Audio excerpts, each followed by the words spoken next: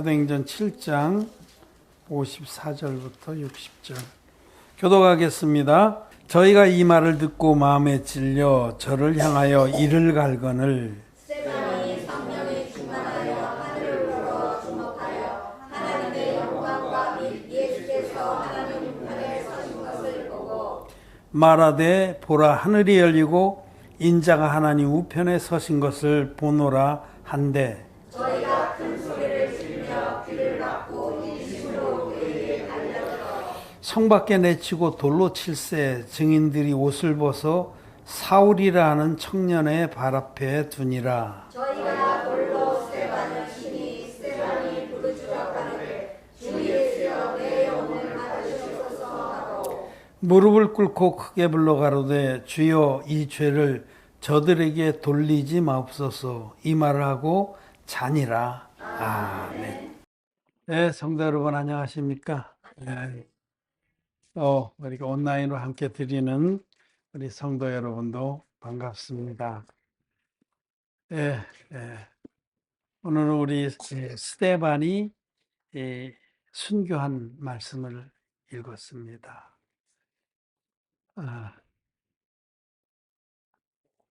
초대교회 때 이제 예루살렘에 교회 성도들이 급격히 늘었습니다. 그래서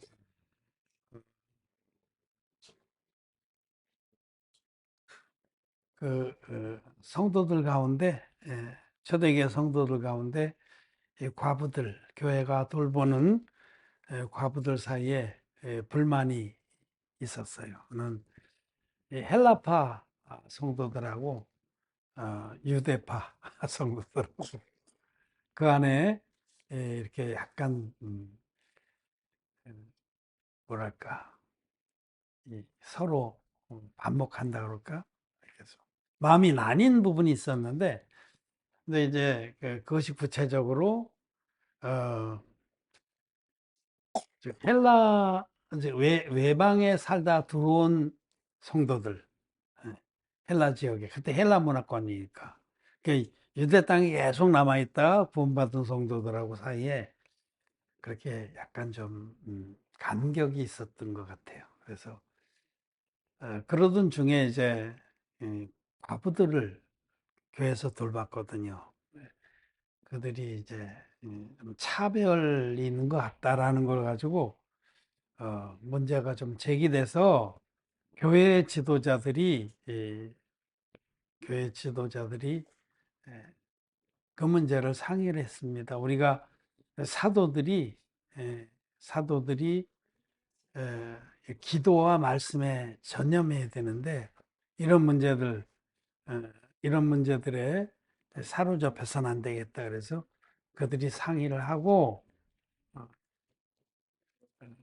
집사를 세우게 됐습니다. 집사를 세우게 되는데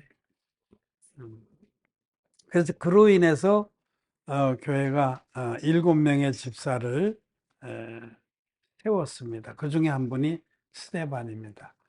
그들 가운데 지혜와 능력이 충만한 그런 종들을 택해서 사도들이 안수하고 집사의 직분을 행하게 했습니다. 그 집사의 직분은 교회 안에서 필요한 모든 섬기는 직분들, 지금 같은 그런 그 식량을 나눠주는 문제도 그렇고 여러 가지 행정적인 일들을 그렇게 하도록 집사를 세우는 일이 처음 있었어요.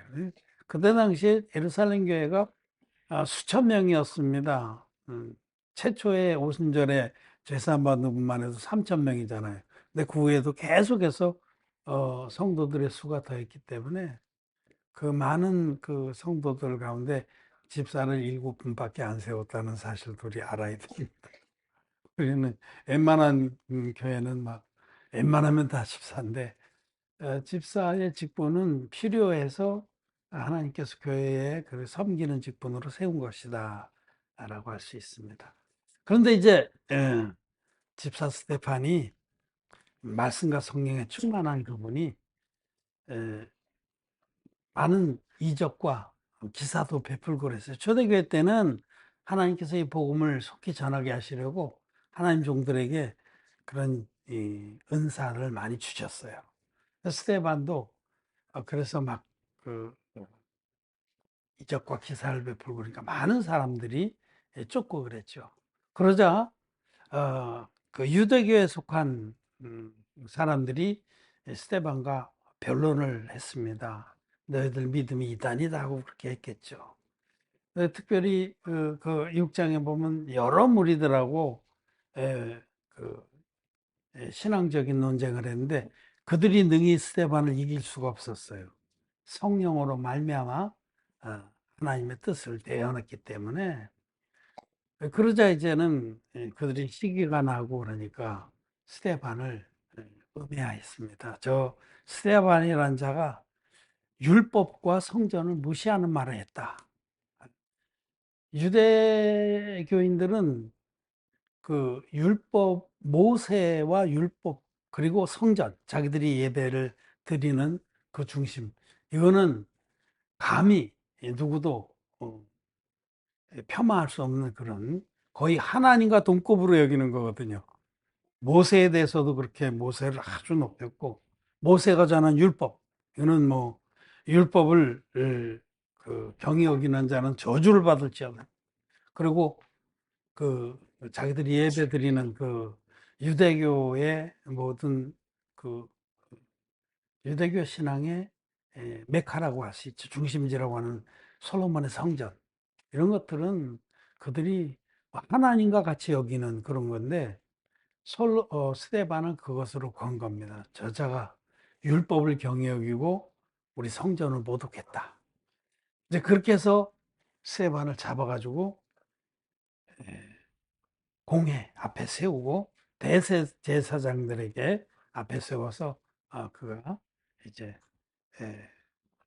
거기에서 스데반이 그 유명한 사도행전 7장에 그 공회 설교를 합니다. 공회 앞에서 스데반이 성령에 충만해서 그들 앞에 담대하게 이렇게 말씀을 전한 내용이 이 사도행전 7장에 쭉 나와 있어요.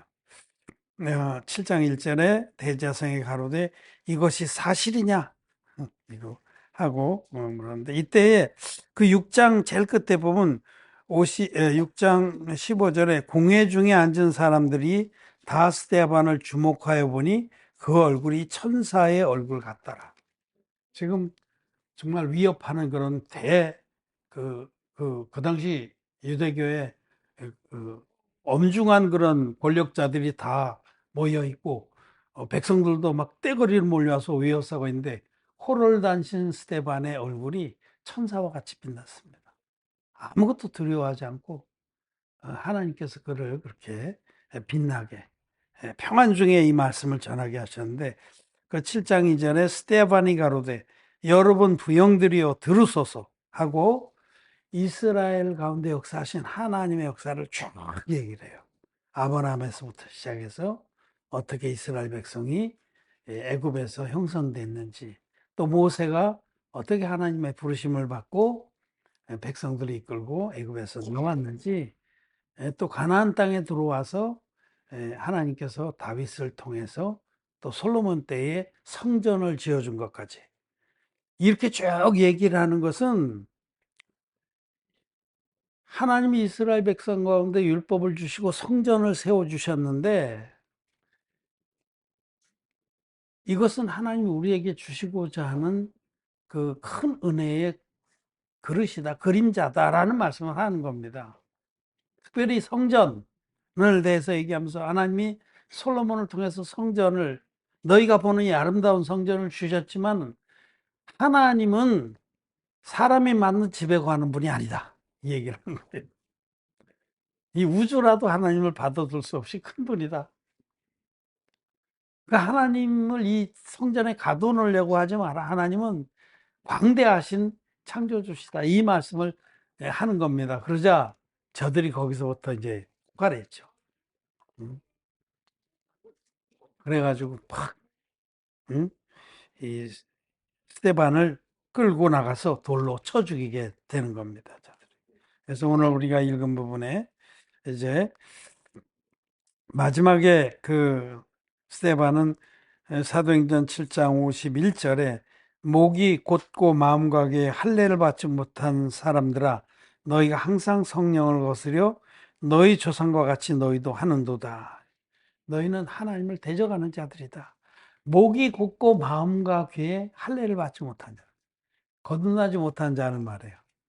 우리 하나님은 우리에게 죄사함을 받고 마음의 할례를 받고 하나님 자녀가 되는 그런 축복을 주길 원하는데, 너희들은 아직도 옛 언약에 묶여서 눈에 보이는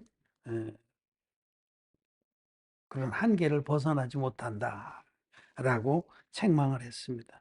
이로 인해서 그들이 스테반을 끌고 나가서, 성 밖으로 끌고 나가서 돌로 쳐 죽이는 거죠. 근데 이 장면에서 여러분, 스테반을 얼마나, 우리가 생각해 보세요. 우리가 그런 처지에 있었다면 얼마나 두렵겠어요. 응? 막 질질 끌고 가고, 뭐 머리채를 잡은 자도 있을 거고, 옷을.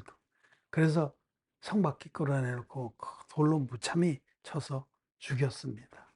그런데 스테반이 돌에 맞아 죽으면서 보면은, 돌에 맞아 죽기 전에 성령이 충만해서 내가 보니 하늘이 열리고 하나님의 아들이 하나님 우편에 서 계신 것이 보이는도다. 하나님의 영광을 봐서 지금 두려움이고 공포고 그런 건 없고, 오히려 그 얼굴이 천사와 같이 빛났습니다. 시종일관.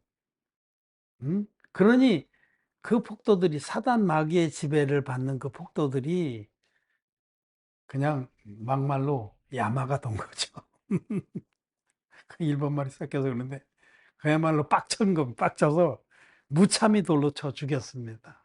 그런데 돌에 맞아 죽으면서도 스테반은, 하나님, 주여, 이 죄를 저들에게 돌리지 마옵소서.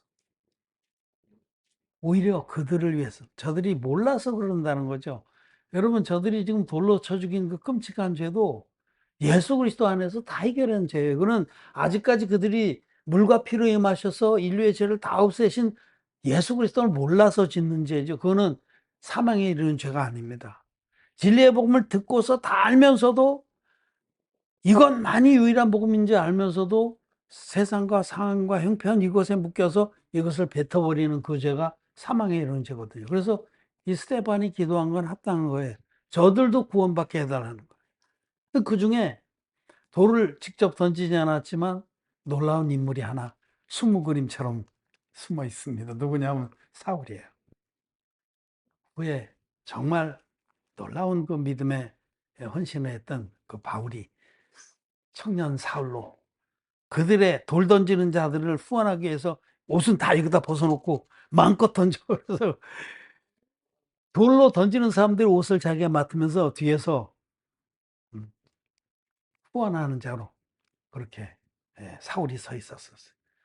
근데 이 사건을 우리가 보면서 이때 사울은 큰 영적 충격을 받았으리라고 저는 생각합니다. 세상에 저렇게 많은 사람이 돌로 치는데 그들을 위해서 기도하고, 아버지 내 영혼을 받아주옵소서, 아랑곳하지 않고 자기 영혼이 천국 간다는 그런 확신 가운데 오히려 자기에게 돌을 던지는 자들 위해서 기도하고 저렇게 평안하게 죽음을 맞는 걸 보고 사울은 충격을 받은 겁니다. 성경에 기록되지 않지만 이때 엄청난 충격을 1차 받았어요. 그렇지만 그게 쉽게 바뀌지는 않죠. 자기가 믿는 바가 옳다라는 생각은 쉽게 바뀌지 않지만, 도대체 저들이 믿는 그 하나님 누군가, 저들의 믿음 무엇인가 하는 충격을 받았다고 저는 봅니다. 자, 오늘은 이 스테반의 순교의 말씀을 통해서 우리들이 취해야 될 믿음은 무엇이냐면, 환난의 때를 두려워하지 말라는 겁니다. 지금 스테판이 겪은 것은 큰 환난의 때에 장차 이 땅에 임할 재난과 환난의 때와 같은 겁니다. 우리도 머지않아 이 세상은 재난에 들어갑니다. 자연으로부터 오는 엄청난 혼란과 어려움. 별거 없어요. 사람은 연약하고 부족하고 악하고 이기적입니다. 먹을 것만 없어도 이건 아비규환이 됩니다. 먹을 것. 3일 굶어서 도적질하는 놈, 하지 않는 놈 없다. 이런 속담이 있잖아요. 3일 굶으면 그때는 눈에 보이는 게 없는 거예요. 막 약탈합니다. 어떤 그 사람이 뭐 모든 게 정상적으로 돌아가고 법규가 작동하고 밝은 뭐 CCTV도 있고 이러니까 약간 눌려서 지내다가 일단 혼란 상태에 들어가서 막 사방에 불이 나고 그 미국의 이 역사적인 사건이 몇 번 있었어요. 그 정전 사태. 갑자기 정전 블랙아웃이라고 하는데 정전이 돼갖고 첫날은 고요했는데 이게 계속되니까 그 다음날부터 사람들이 뒤집어지기 시작했어요. 밤이 되니까. 낮에는 그런 대로 뭐 치안이 움직이고 그러는데 밤이 되니까 막 큰 그런 대형 몰들 이런 거 약탈하기 시작했어요. 평소에는 거기 살 수 없는데 막 그때 막 불 지르고 문 깨부시고 그러니까 막 들어가서 막 잡아 훔쳐갔습니다. 많은 사람이 죽었고 그 순식간에 그렇게 되는 거예요. 이 사회라는 건 그렇게 취약합니다. 식량만 없어도 머지않아서 이렇게 혼란에 극도의 혼란이 되면 그때에 계시록 말씀대로 바다에서 나온 짐승이 등장하는 거예요. 그래서 예수님 말씀하신 대로 재난에서 환난에 넘겨주리를. 자연재난이 극대화되면 그때는 세계적인 극악한 독재자가 등장을 해서 우리들이 환난에 들어갑니다. 재난은 자연으로부터 오는 어려움이라면 환난은 이 인간으로부터, 인간의 조직이나 이 폭력으로부터 오는 어려움입니다. 극도의 어려움이죠. 그래서 바다에서 나온 짐승이 등극하고 또 땅에서 나온 짐승, 이 땅에서 나온 짐승을 나중에 계시록에 저 19장 이렇게 가면은 거짓 선지자라고 그렇게 성경이 해석을 해줘요. 그러니까 이, 이 종교계를 통합하고 종교계를 완전히 장악한 그런 단일 종교 지도자가 바다에서 나온 짐승을 서포트 해가지고 이 둘이 세계를 완전히 장악을 합니다. 그때는 뭐 무지막지한 억압이 있죠. 특히 우리 거듭난 의인들에게는 이 스테반과 같은 일은 비일비재하게 일어날 겁니다. 환난의 때를 지금 우리는 이 말씀을 통해서 예비를 해야 되는 거죠. 우리는 머지않아서 이런 극한 재난과 환난이 있을 것을 압니다. 시대 징조를 봤을 때에 어떤 이단들처럼 뭐 어떤 이단 희한한 사람이 나와서 이 올해가 7년 날의 시작이기 때문에 2029년에 끝이 온다 이런 말 하는데 이단입니다. 어떤 날짜를 특정하거나 기간을 특정하는 것은 이단입니다. 예수님께서 금하신 거예요. 그럼 아버지만 하신다고. 하여튼 머지는 않았습니다. 지금 세계의 여러 가지 기상이변이나 이런 것들을 볼 때 전쟁, 핵전쟁의 위험도 늘 도사리고 있고 언제 어디서 폭발해서 순식간에 환난으로 넘어갈지 모릅니다. 그런데 우리는 이때에 여러분 계시록의 말씀에 보면 환난의 때에 얼마나 끔찍한 일들이 벌어지는지 나와 있어요. 그때는 세계 통치자가 모든 세계의 모든 인간들을 완전히 장악하고 통제하려고 오른손이나 이마에 표를 받게 합니다. 그걸 받지 않으면 매매도 못하게 하고 식량 배급도 못 받습니다. 그리고 정말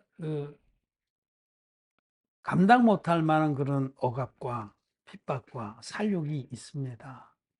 그럼 우리가 이 환난은 분명히 있는데 말씀에 기록된 대로 너희는 이 말씀에 요한계시록의 말씀에 하나로 더하면 내가 모든 재난을 저주를 너희에 임하게 할 것이요 만일 하나라도 빼면 너희를 생명책에서 지우리라. 그대로 이루어진다는 말씀이에요.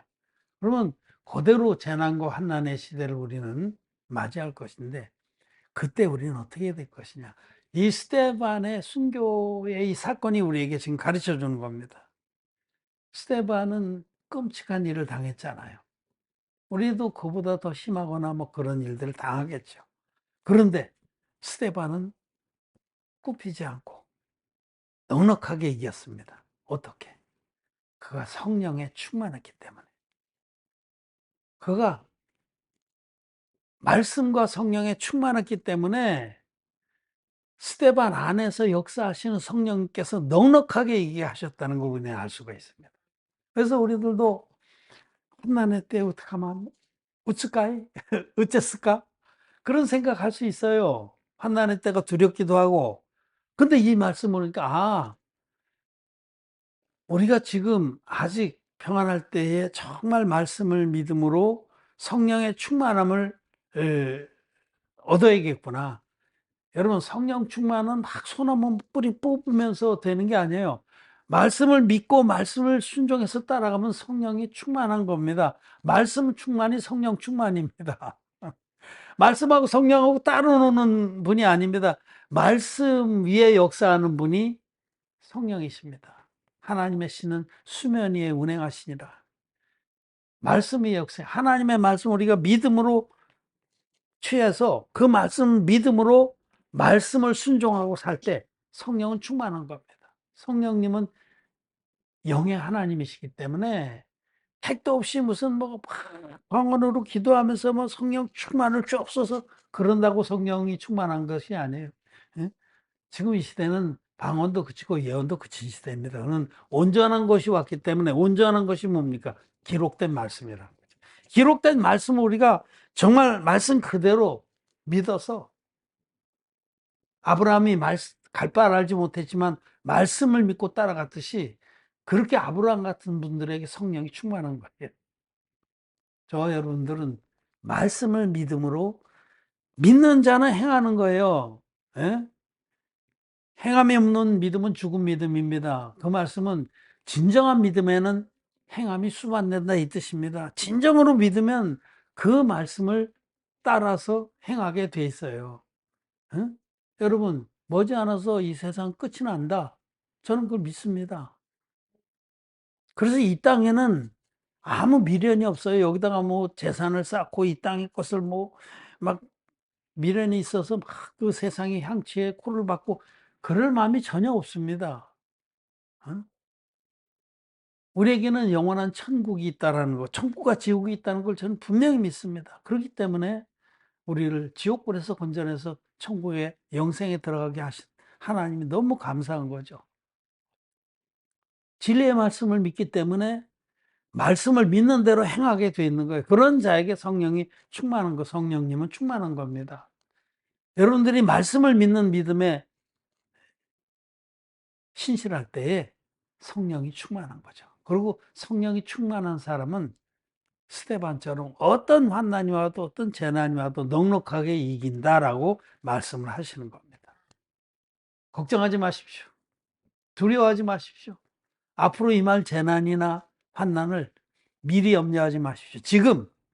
지금 하나님 앞에서 말씀을 믿음으로 사는 것이 우리들이 마지막 때에 어떠한 어려움이 와도 쓰러지지 않고 넉넉하게 이긴다라는 겁니다.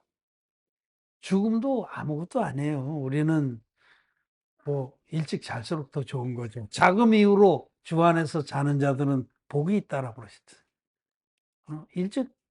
일찍 쉬면 좋은 거예요. 근데 이 험한 세상에 할 일 많아서 이 일을 주님 앞에서 더 해드리고 싶어서 우리가 건강도 신경 쓰고 어쨌든지 잘 관리하면서 이 썩을 몸을 썩지 아니할 일을 위해서 드리는 거지. 개인적으로는 저도 일찍 쉬면 좋겠어요. 너무 이 일 저 일 막 힘들고 뭐, 곤비하고 그럴 때는 아유 언제나 쉬겠나 그런 생각이 살짝 들 때가 있어요. 일찍 쉬면 전 좋겠다. 사도 바울도 그렇게 말씀하셨잖아요. 내가 너희들을 떠나서 이 육신을 떠나서 주와 함께 있는 것이 더욱 좋겠지만 그러나 지금 너희와 함께 있는 것이 유익하리라. 여러분 죽음도 아무것도 아닙니다. 우리는 하나님의 약속의 말씀들을 눈으로 보는 것처럼 믿기 때문에 지금 오늘이라는 이때 여러분 말씀을 믿음으로 마음속에 보화와 같은 이 말씀을 믿음으로 착 쌓아서 성령의 충만한 삶을 사시길 바랍니다. 그러면 그때에 어떤 어려움이 와도 담대하게 이길 수가 있다. 스데반처럼 그의 얼굴이 해와 같이 천사와 같이 빛났다라는 것입니다. 그 공포 앞에서 그 고통 앞에서 돌에 맞으면서도 아버지여 이 죄를 저들에게 돌리지 마옵소서. 얼마나 놀라운 거예요. 그 놀라운 스데반의 승리, 그런 고통 앞에서도 믿음으로 승리한 스데반의 그 믿음의 역사가 사울에게 놀라운 변화를 가져오는 단초가 된 겁니다. 사울이 실제로 거듭나기는 이제 그 후에 다메섹에 거의 이르렀을 때에 보라신 주님 만나서 거듭나지만 이때 그 마음속에 갈등은 시작됐다고 저는 봅니다. 그러지 않겠어요? 못 졌던 놈이다 너 참말로. 돌에 맞아 죽어가면서도 내 영혼을 아버지께 맡긴다 하고 저들에게 이 죄를 씌우지 말아달라고 그렇게 기도했던 그 스데반은 승리자입니다. 이기는 자입니다.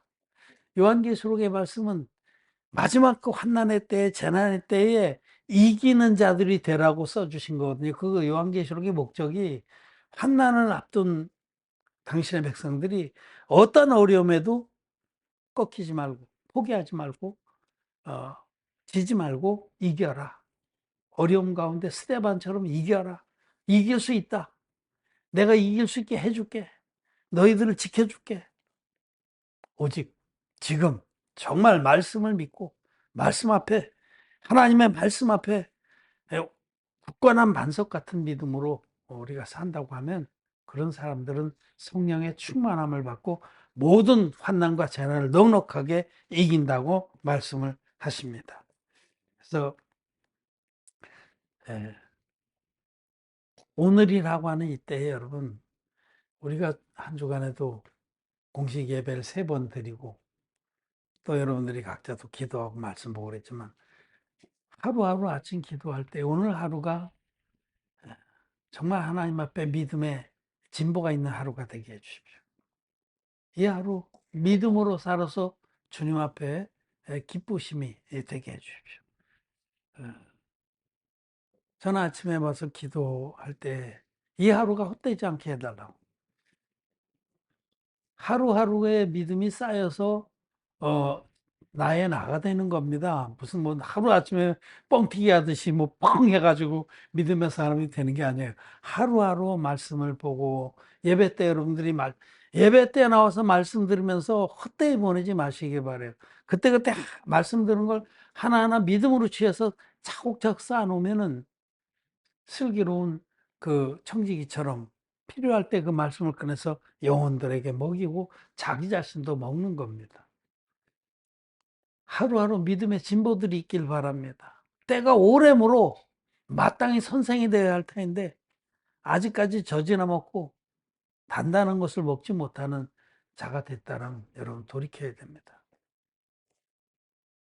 오늘 들은 말씀도 마음에 굳게 믿어서 환난과 재난의 때에도 성령이 충만한 자들은 넉넉히 이기는구나. 껐떡없구나. 오히려 얼굴이 천사와 같이 빛나겠구나. 동남풍아 불어라. 서북풍아 불어라. 넉넉히 이길 수 있다고 오늘 말씀해 주시는 겁니다. 염려하지 마십시오. 두려워하지 마십시오. 지레 겁먹지 마십시오. 스데반이 이겼던 것처럼 우리도 넉넉하게 이길 수 있습니다. 우리 주님은 사도행전 7장을 통해서 이 마지막 때를 사는 우리들이 어떠한 믿음으로 환난의 때를 예비해야 될지를 가르쳐 주셨습니다. 말씀을 마쳤습니다.